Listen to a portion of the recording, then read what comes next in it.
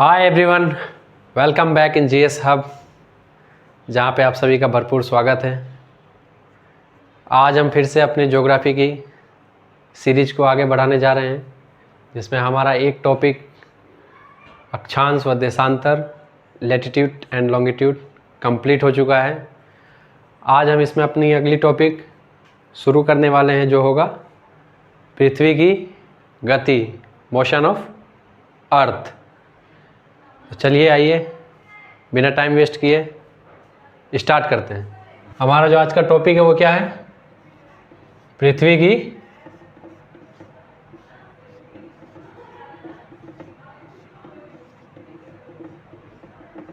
गति।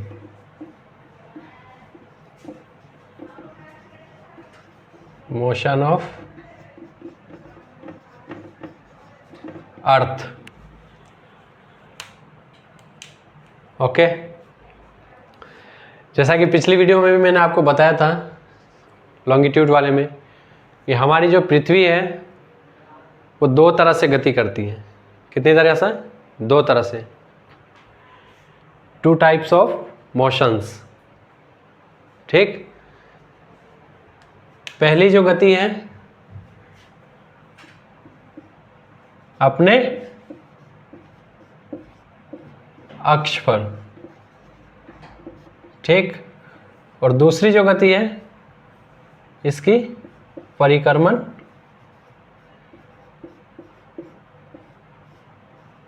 गति। जानेंगे हम दोनों के बारे में डिटेल से। भले ही आपने पढ़ा हो या ना पढ़ा हो, पूरी क्लैरिटी के साथ आपको ये आज समझ में आने वाला है, ये मेरा आपसे वादा है, प्रॉमिस है। और बहुत ही मज़ा आएगा और बहुत ही इंटरेस्टिंग है ये कि दोनों गतियों में क्या डिफरेंस है और दोनों गति होती कैसे है। मान लीजिए ये पृथ्वी है मेरे हाथ में, ठीक है। ये जो है पृथ्वी सौर मंडल में, जैसे ये मेरा फिंगर जो है, ये देख लीजिए, ये मेरा पूरा हाथ, ये सन है। मान लीजिए सौर मंडल में है ये सन और ये पृथ्वी। इसका जो एक कक्ष जो है फिक्स है, दीर्घवृत्तीय कक्षा में। जैसा कि आप जानते होंगे कि पृथ्वी दीर्घवृत्तीय कक्षा में चक्कर लगाती है, ठीक। तो मान लीजिए ये एक जगह पे फिक्स है अपने, यहाँ पे ये घूम रही है, बॉल आपको दिख रहा होगा रोटेट कर रही है, ये घूम रही है, ठीक है।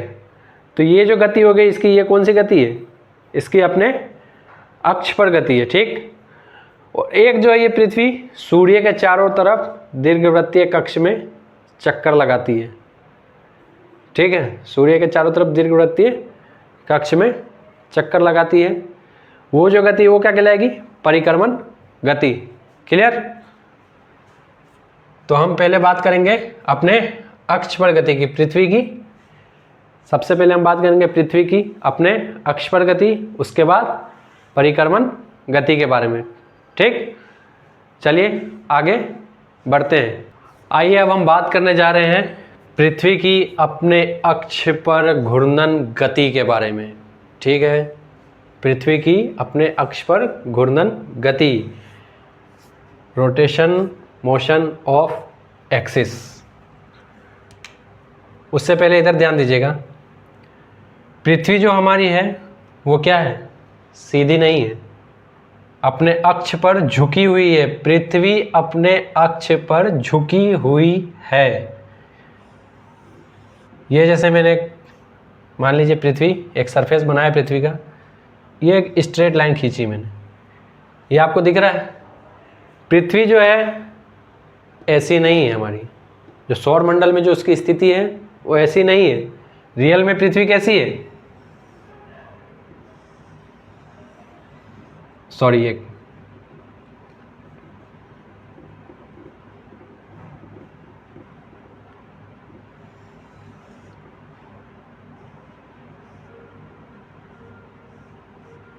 ऐसी है। ये लाइन आप देख पा रहे होंगे, ये लाइन जो है ये झुके हुए को दिखा रहा है, झुके हुए को दर्शा रहा है। पृथ्वी अपने अक्ष पर क्या है? झुकी हुई है। पृथ्वी अपने अक्ष पर झुकी हुई है। क्लियर? पृथ्वी ऐसी सीधी नहीं है सौर मंडल में, अपने अक्ष पर। जैसे और क्लियरिटी के साथ मैं इस बॉल में बता देता हूँ। जैसे मान लीजिए ये बॉल अभी बिल्कुल आप सीधी देख रहे हैं, ठीक, मान लीजिए पृथ्वी है, ये ऐसे सीधी नहीं है, ये हल्की ऐसे झुकी हुई, ये देख लीजिए हल्की ऐसे झुकी हुई है पृथ्वी अपने अक्ष पर। ये इसका नॉर्थ पोल और ये साउथ पोल ऐसे है, और क्लियर दिख रहा होगा आपको ऐसे। ठीक, ये झुका हुआ दिख रहा है, हल्का झुका हुआ है पृथ्वी, अपने अक्ष पर पृथ्वी झुकी हुई है। ठीक, सेकंड पॉइंट,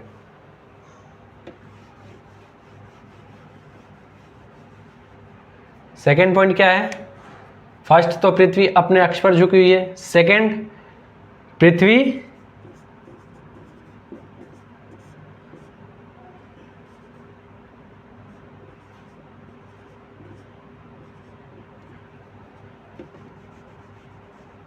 पृथ्वी पूर्व से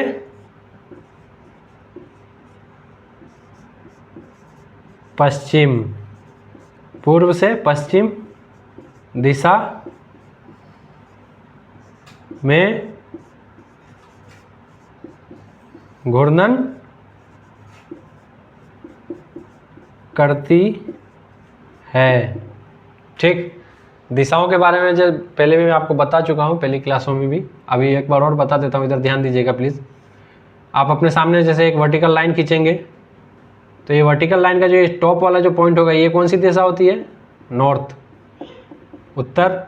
इसका जस्ट अपोजिट नीचे साउथ, दक्षिण। एक ऐसे हॉरिजॉन्टल लाइन खींचेंगे, इसके इधर वाला जो पॉइंट होगा ये कौन सी दिशा हो जाएगी? वेस्ट, पश्चिम, और इधर ईस्ट, पूर्व। तो पृथ्वी जो है ऐसे घूम रही है, पूर्व से पश्चिम। ठीक है, पूर्व से पश्चिम, पहले पूर्व आएगा फिर पश्चिम, पहले पूर्व फिर पश्चिम। पूर्व से पश्चिम इसलिए बोला है, यहाँ पे आप कंफ्यूज मत हो जाना कि एरो ऐसे जा रहा है। पहले कौन सा वर्ड आ रहा है इसमें?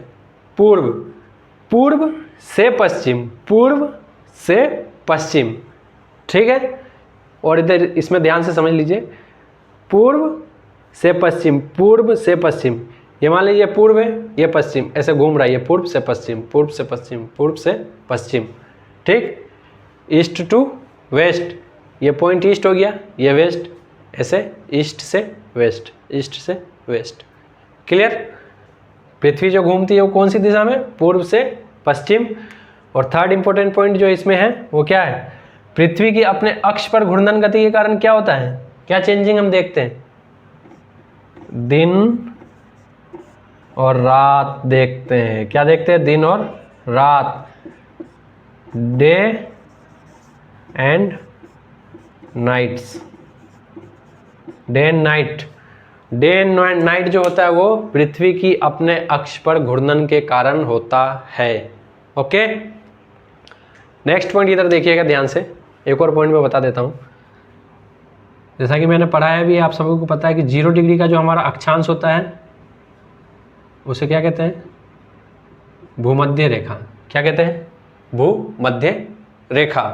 ठीक है, ये जो भूमध्य रेखा की जो लाइन है ना, इस रेखा पर दिन और रात की लंबाई दोनों सेम होगी, दोनों बराबर होंगे। क्लियर? भूमध्य रेखा पर दिन और रात दोनों की लंबाइयां, अवधि जो है, टाइमिंग वो बराबर होगी। अगर 12 घंटे का दिन है तो 12 घंटे की रात होगी। जैसे जैसे हम ध्रुवों की तरफ बढ़ेंगे, दिन और रात की जो टाइमिंग है, ड्यूरेशन है उनका, उसमें अंतर आना शुरू होगा। यहाँ मान लीजिए 12 घंटे का दिन है तो यहाँ 11 घंटे का हो जाएगा, यहाँ 10, यहाँ 9, ऐसे ही करके ध्रुव पर जब पहुँचेंगे तो वहाँ 6 महीने का दिन होता है और 6 महीने की रात होती है। आपने सुना होगा। क्यों? क्योंकि पृथ्वी अपने अक्ष पर झुकी हुई है। इधर और ध्यान से मैं समझा देता हूँ। मान लीजिए ये सन है, ठीक, और ये पृथ्वी झुकी हुई है ऐसे, ये भूमध्य रेखा, इस पे सन की जो सनलाइट जो है वो प्रॉपर पड़ रही है बिल्कुल। बाकी इधर देखिए, ये जो पोर्शन है, ये लाइन थोड़ा ज़्यादा ही खिंच गया इधर, इधर देखिए। अब देखिए आप, यहाँ क्या है? ये झुका हुआ है। जैसे जैसे ऊपर बढ़ेंगे ना, सनलाइट कम हो रही है इसमें। अगर सनलाइट कम होगी तो दिन छोटा होगा, रात बड़ी होगी। और नीचे, अगर ऊपर दिन छोटा हो रहा है, रात बड़ी हो रही है, तो नीचे नीचे क्या होगा? दिन बड़ा होगा और रात छोटी होगी, समझे? दिन बड़ा होगा और रात छोटी होगी। क्यों? इसका एक कारण, मेन जो कारण है वो पृथ्वी का अपने अक्ष पर झुका हुआ होना है। ठीक, आई होप आप समझ गए होंगे। अब मैं पॉइंट बाय पॉइंट इन सबको नोट करा देता हूं, जिसे आप भी नोट कर लीजिएगा। ठीक, पृथ्वी की अपने अक्ष पर गति के कारण क्या क्या चेंजिंग होती है, वो पॉइंट बाय पॉइंट जो है हम नोट कर लेते हैं। सबसे पहला पॉइंट मैंने आपको बताया, पृथ्वी अपने अक्ष पर झुकी हुई है, सीधी नहीं है। पृथ्वी सीधी नहीं है, ऐसे झुकी हुई है थोड़ी। जैसे ये लाइन मान लीजिए सीधी है तो ये ऐसे है, ठीक, झुकी हुई है। पृथ्वी की घूर्णन की दिशा पूर्व से पश्चिम है। पृथ्वी का अपने अक्ष पर घूर्णन के कारण दिन व रात होते हैं। दिन व रात पृथ्वी का अपने अक्ष पर घूर्णन के कारण, घूर्णन गति जो होती है उसके अपने अक्ष पर जो घूर्णन गति होती है उसके कारण दिन और रात होते हैं।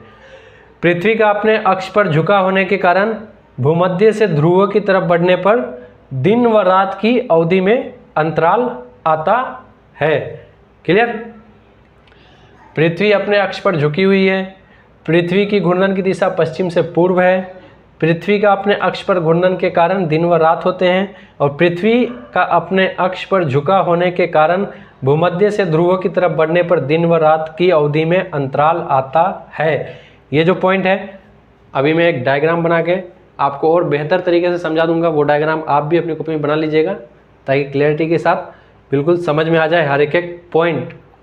मैं चाहता हूं कि आपको कोई प्रॉब्लम इसमें ना हो। एक बार जो आप यहाँ से पढ़ लें उसको दोबारा पढ़ने की कहीं और ज़रूरत ना पड़े। ठीक, इसको नोट कर लीजिए।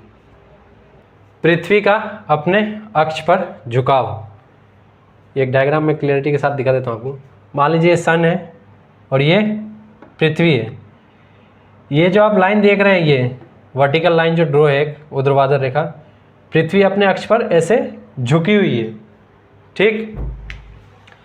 और ये जो रेखा जा रही है ये क्या है हमारी 0 डिग्री अक्षांश, जिसे क्या कहते हैं भूमध्य रेखा, ठीक।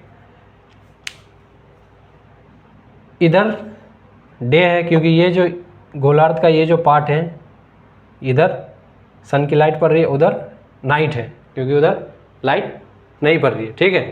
और पृथ्वी जो हमारी घूम रही है वो पूर्व से पश्चिम, मैंने आपको बताया पूर्व से पश्चिम, ठीक। इधर देखिएगा पूर्व से पश्चिम पृथ्वी घूम रही है। यहाँ जो है 0 डिग्री अक्षांश पे दिन और रात का जो टाइम होगा, समय अंतराल होगा, वो सेम होगा। अगर 12 घंटे का दिन है तो 12 घंटे की रात होगी। क्यों? क्योंकि ये जो है बिल्कुल सीधा है, ये पार्ट जो है बिल्कुल इस पर सनलाइट बराबर प्रॉपर आ रहा है। बाकी इधर देखिए आप, ये जो पोर्शन डे वाला पोर्शन वो आपको कम दिख रहा होगा, नाइट वाला पोर्शन ज़्यादा दिख रहा होगा। इस रेखा को ध्यान से देखिएगा, इधर वाला जो हिस्सा ये कम दिख रहा होगा, इधर वाला हिस्सा ये जो एरिया है, ये जो एरिया है इधर, ये इसमें ये ज़्यादा दिख रहा होगा, ये कम दिख रहा होगा। इस कारण क्या है, इधर डे और नाइट में अंतर आएगा। क्यों? क्योंकि पृथ्वी अपने अक्ष पर झुकी हुई है। कितनी झुकी हुई है? 23.5 डिग्री। कितनी झुकी हुई है? 23.5 डिग्री। दिन और रात में अंतर क्यों है? क्योंकि ये लाइन के इधर देखिए आप, ये लाइन के इधर ये नाइट जो मैंने लिखा है, ये नाइट वाला जो पोर्शन है आपको बड़ा दिख रहा होगा और ये जो हिस्सा ये छोटा दिख रहा होगा, ठीक है। तो जैसे जैसे हम ऊपर बढ़ेंगे, ऊपर ध्रुवों की तरफ जाएंगे तो दिन और रात में डिफरेंस दिखेगा। यहाँ जैसे ये डायग्राम जो मैंने ड्रॉ किया इसके अनुसार अगर देखेंगे तो दिन यहाँ बड़ा होगा, दिन छोटा होगा और रात बड़ी होगी। दिन अगर 11 घंटे का हो रहा है तो रात 12, मान लीजिए यहाँ दिन 11 घंटे का तो रात 12, यहाँ दिन 10 का तो रात कितना का हो जाएगा 12, यहाँ दिन 9 का।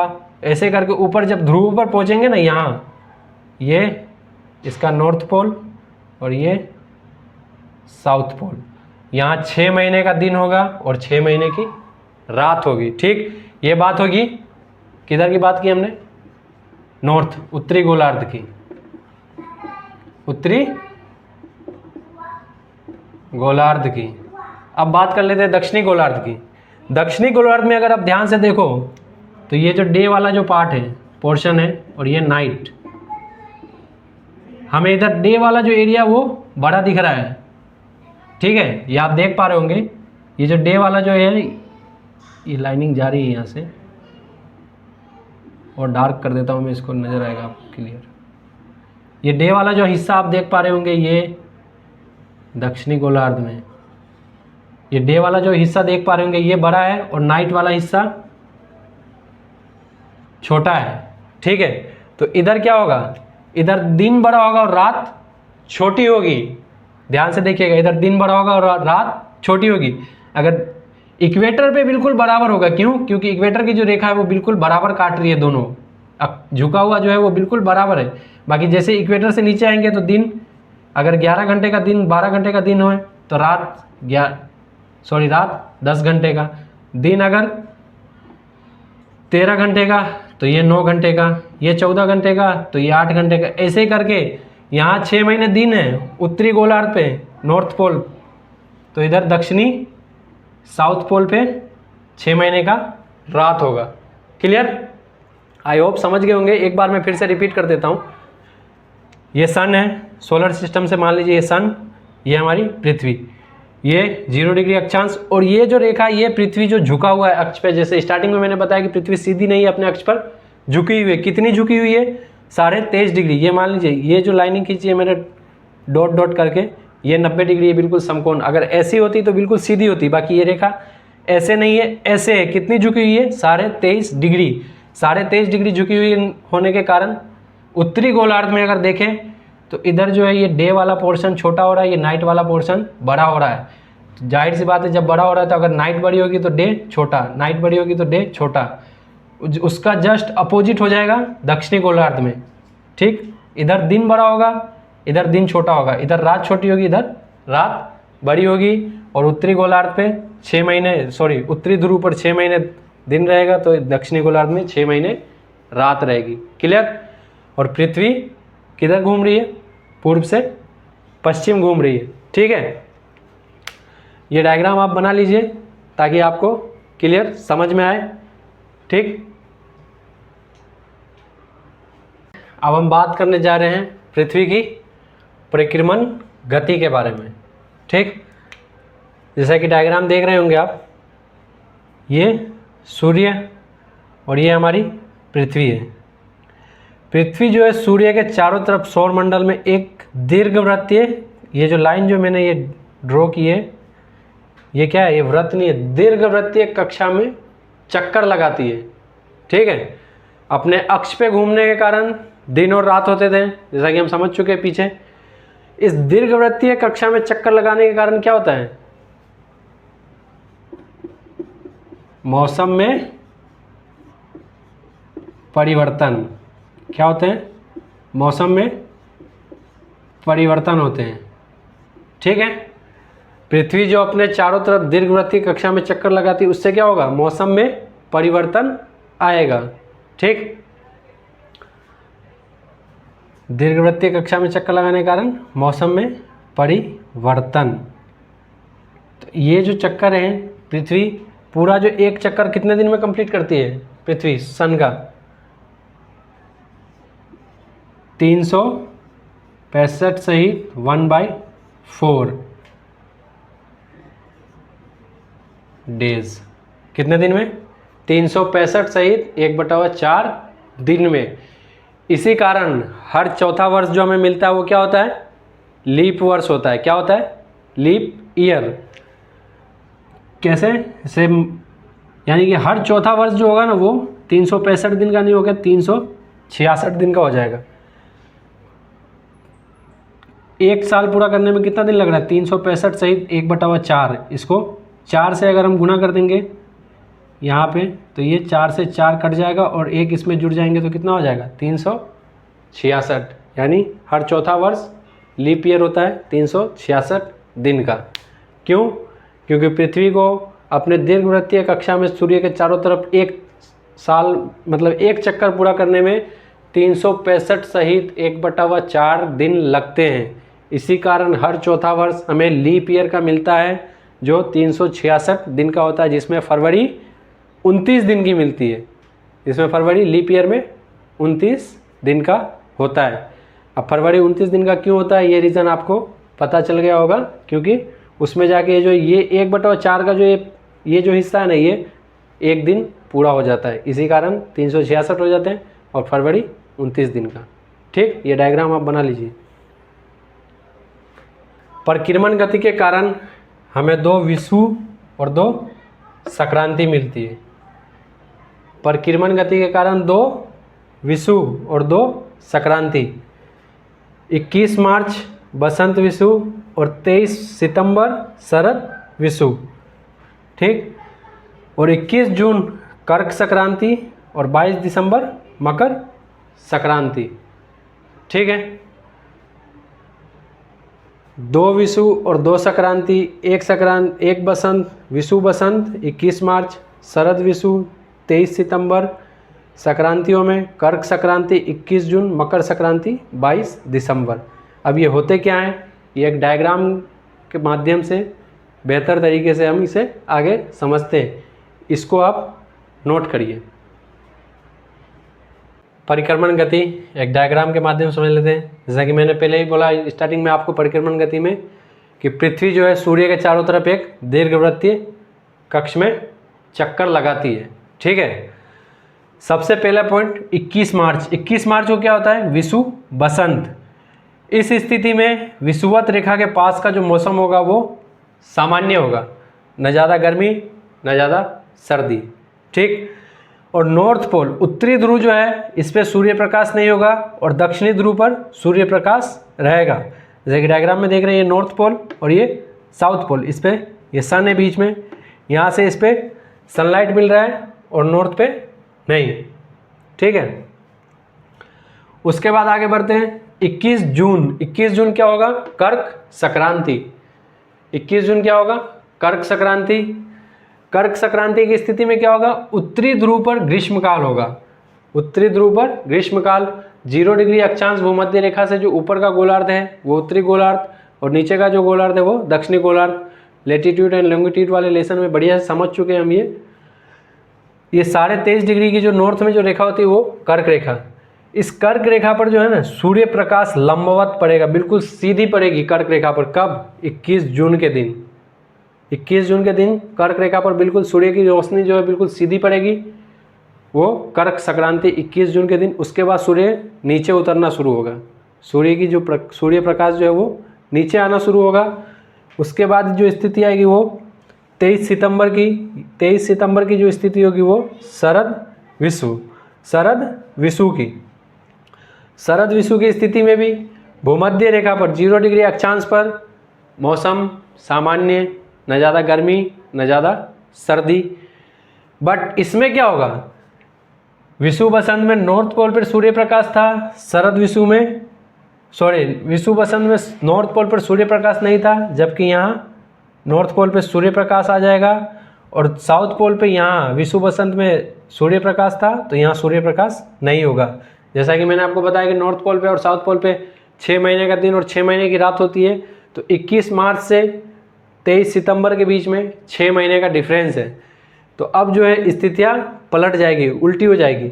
यहाँ नॉर्थ पे रात थी तो यहाँ नॉर्थ पे दिन हो जाएगा, यहाँ साउथ पे रात थी, साउथ पे दिन थी तो यहाँ साउथ पे रात हो जाएगा। क्लियर, नॉर्थ पोल पे और साउथ पोल पे 6 महीने का दिन व 6 महीने का रात होता है। एक बार फिर से मैं रिपीट कर देता हूँ, विषुव बसंत में नॉर्थ पोल पे रात होती है और साउथ पोल पे दिन, जबकि शरद विषुव पे नॉर्थ पोल पे दिन होगा और साउथ पोल पे रात। ठीक है, उसके बाद जो स्थिति आएगी वो 22 दिसंबर मकर संक्रांति की स्थिति में 23.5 डिग्री की साउथ में जो रेखा है दक्षिणी गोलार्ध में, लेटीट्यूड वाला जो लेसन हमने पढ़ा था, लेटीट्यूड वाला अक्षांश वाली, उसमें ये बेहतर से मैं बता चुका हूँ। 23.5 डिग्री की जो साउथ दक्षिणी गोलार्ध में जो रेखा है मकर रेखा, उस पे जो है वो सूर्य प्रकाश लंबवत पड़ेगा। इसमें क्या होगा, दक्षिणी गोलार्ध में ग्रीष्मकाल होगी और उत्तरी गोलार्ध में शीतकाल। यहाँ उत्तरी गोलार्ध में ग्रीष्मकाल थी, दक्षिणी गोलार्ध में शीतकाल। यहाँ दक्षिणी गोलार्ध में ग्रीष्मकाल हो जाएगी और उत्तरी गोलार्ध में शीतकाल। ठीक है, और 23.5 डिग्री मकर रेखा पर सूर्य की प्रकाश कब 22 दिसंबर को बिल्कुल लंबवत सीधी पड़ेगी। उसके बाद सूरज फिर धीरे धीरे ऊपर उठना, उत्तरी गोलार्ध की तरफ बढ़ना शुरू होगा। यहाँ जब 21 जून को जब कर्क रेखा पर सूर्य की प्रकाश लंबवत पड़ती है सीधी, तो सूर्य जो है फिर दक्षिणी गोलार्ध की तरफ आता है। और जब दक्षिणी गोलार्ध 22 दिसंबर मकर रेखा पर बिल्कुल सीधी पड़ती है, तो इसके बाद फिर उत्तरी गोलार्ध की तरफ सूर्य जाता है। ठीक है, ओवरऑल बात इतनी है कि ये जो है डायग्राम, यहाँ जो स्थिति होगी उसका जस्ट अपोजिट इधर स्थिति हो जाएगी। ठीक है, और यहाँ जो स्थिति होगी उसकी जस्ट अपोजिट इधर नॉर्थ पोल पे रात थी, इधर नॉर्थ पोल पे दिन है, इधर नॉर्थ पोल पे रात थी, इधर नॉर्थ पोल पे दिन है, इधर साउथ पोल पे दिन थी, इधर साउथ पोल पे रात है। यहाँ उत्तरी गोलार्ध में ग्रीष्मकाल था, यहाँ उत्तरी गोलार्ध में शीतकाल हो जाएगा। यहाँ दक्षिणी ध्रुव में शीतकाल, तो यहाँ दक्षिणी गोलार्ध में ग्रीष्मकाल। क्लियर? आशा करता हूँ कि आप समझ गए होंगे बेहतर ढंग से। ठीक है, अगर फिर भी आपको कोई समस्या हो तो कमेंट सेक्शन में कमेंट कीजिएगा, मैं वापस से रिपीट करने की कोशिश करूँगा, फिर से इसको समझा दूँगा और बेहतर ढंग से। ठीक, ये डायग्राम आप बना लीजिए। थैंक यू साथियों, आज इसी के साथ हमारा जो ये क्लास है जियोग्राफी का ये ख़त्म होती है। कल फिर हम मिलेंगे इसमें। कल जो हम टॉपिक पढ़ेंगे इसमें अपभू, उपभू, सूर्य ग्रहण, चंद्र ग्रहण ये कैसे होते हैं। इसके बाद से जो हमारा टॉपिक स्टार्ट होगा वो वायुमंडल, बहुत ही इम्पोर्टेंट टॉपिक है ज्योग्राफी का। फिर हम वायुमंडल शुरू करेंगे। कल की एक और क्लास होगी हमारी, उसके बाद वायुमंडल शुरू कर देंगे हम। ठीक, आपको कैसी लगी क्लास कमेंट सेक्शन में कमेंट करके ज़रूर बताइएगा। अगर क्लास अच्छी लगती हो तो चैनल को सब्सक्राइब कीजिएगा अगर चैनल में फर्स्ट टाइम आई है, और वीडियो को शेयर कीजिए, अपने फ्रेंड्स में भी शेयर कीजिए, ताकि हर एक को ज्ञान मिल सके और मुझे भी मोटिवेशन मिल सके, ताकि और बेहतर ढंग से मैं इम्प्रूव करके और बढ़िया तरीके से आपको समझा सकूँ। ठीक है, मिलते हैं फिर नेक्स्ट वीडियो में। धन्यवाद।